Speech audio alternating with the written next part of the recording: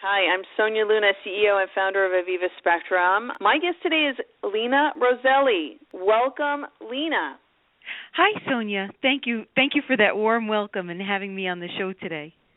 We're just super excited because this is a kickoff of a great year. I know the stock markets don't give us the picture. We're not starting off with a year that great, but I'm excited about this interview because it's near and dear to the heart of compliance and finding the best approach to optimize just regulatory costs, which just seems to be like every year it keeps increasing year over year.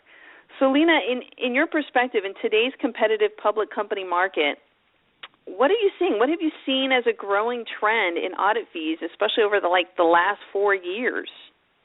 Right. Good question, Sonia. Well, I'm going to start off by giving the audience a little bit of background.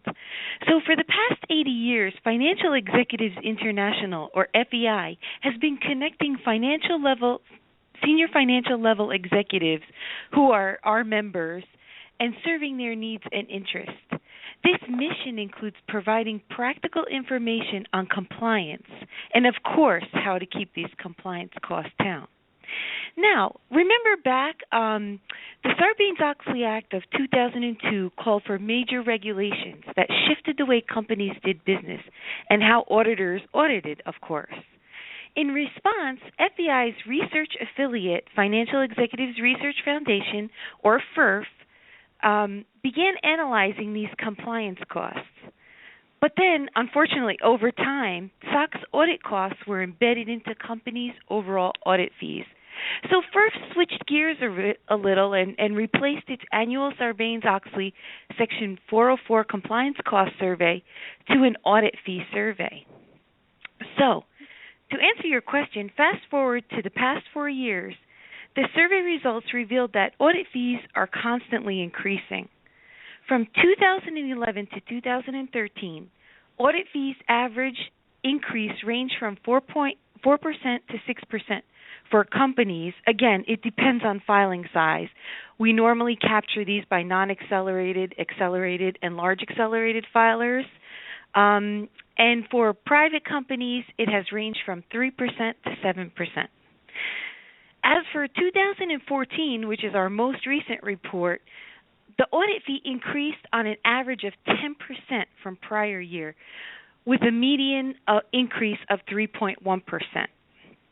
Now, this year we did something a little different. To make the report a little bit more valuable for our members and others, we analyzed all reported audit fees of over 7,000 public companies using a tool called MyLogix IQ, and calculated the median increase to be at 3.4%.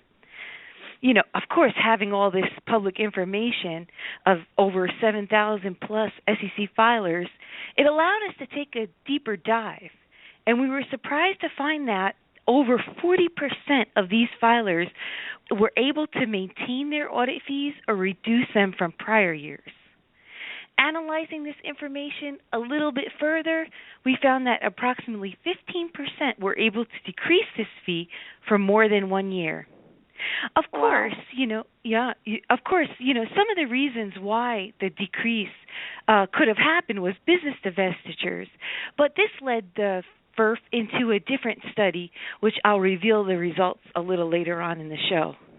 Yeah, and it's pretty amazing that partnering up or adding that extra value with MyLogix IQ into the mix to go into deeper analysis, right?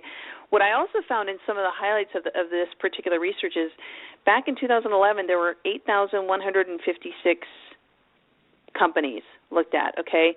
And then, these are public companies, and then in 2014, we have 7,071.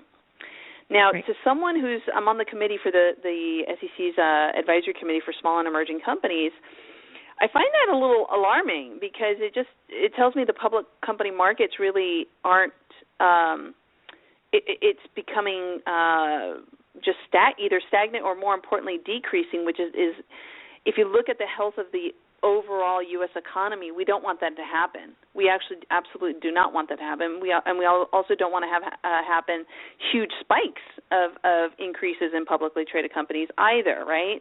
But the swing, you can start seeing it from 2011 of 8,156 to 7,071 in 2014 in the study. To me, it's an indirect sign that there's something going on in the macro picture of things of public companies. But I wanted to get into some of the drivers that we were talking about. You spoke about certain percentage points about people actually maintaining their audit fees, and then even some, I believe 14% that had actually found a way to decrease, and some of that could have been just getting rid of stuff that they shouldn't be in business with, right? Like if they had like 4 different revenue lines and they decided to get rid of one of them. But what do you think are some of the other drivers of these audit fees and these costs? Right. And as you mentioned, what we do in these surveys year after year is we give a menu, if you will, of potential drivers that might increase costs. And as you said, some are inflation, just inflation will kick up these costs, or acquisitions. But in the past 2 years, and which is really significant in the space right now, is these PCAOB inspections. Perhaps maybe a few months before the release of the PCAOB Staff Practice Alert number 11, which is considerations for audits of internal controls over financial reporting, we found that the biggest pain, if you will, was an increase due to PCAOB, other PCAOB issues, and review of manual controls resulting from PCAOB inspections. So that was the biggest reason in 2013. And we also saw this continue for 2014, even though it had subsided just a tiny bit, but it was still a major issue. These inspections also have made both companies and their auditors take a closer look at their internal controls, their documentation, and evidence surrounding these controls. I know that our listeners are also going to really kind of understand kind of how to be a lean forward executive when it comes to optimizing and maybe, cross your fingers, reducing some of those audit fees. So thank you, Leena, for coming on our radio show. Thank you, Sonia. It's been my pleasure. Well, this is Sonia Luna, CEO and founder of Aviva Spectrum, signing off.